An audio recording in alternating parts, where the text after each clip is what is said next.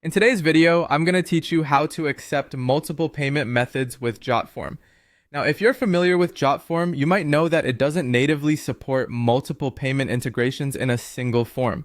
But don't worry, I'm here to guide you through a simple and effective workaround using separate forms with conditional logic. This approach will allow you to offer your clients a variety of payment methods seamlessly.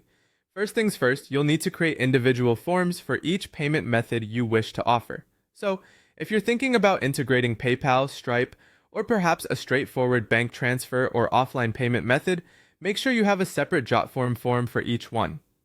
Once you've got your form set up, you'll want to integrate each form with its respective payment processor.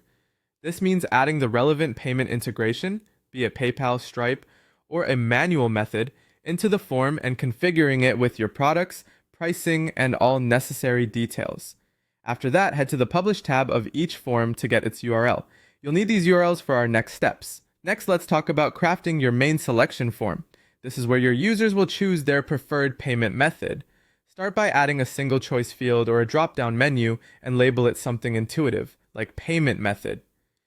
Here, you list options that correspond to the separate payment forms you've created, such as credit card, bank transfer, and offline payment. Now you'll want to embed each payment form into this main form. This is where the iframe embed widgets come to play. For each form, paste the URL you copied earlier into an iframe widget within the main form. To keep things tidy, you might want to initially set these iframe widgets to be hidden. This way, they'll only appear when the corresponding payment method is selected. Once you have those elements in place, we'll move on to setting up conditions to manage how and when each form is displayed.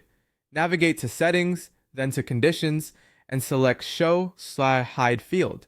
Here you can set rules like if payment method is empty, hide PayPal and Cash App Pay, or if payment method is equal to Cash App Pay, hide PayPal, and show Cash App Pay, and vice versa for the PayPal option. These conditions will dynamically show or hide forms based on the user selection.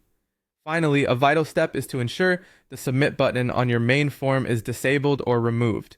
The actual submission and payment process should occur exclusively through the embedded payment method that your user selects. And there you have it. With this strategy, you can offer multiple payment methods through Jotform, making transactions smoother and more flexible for your users.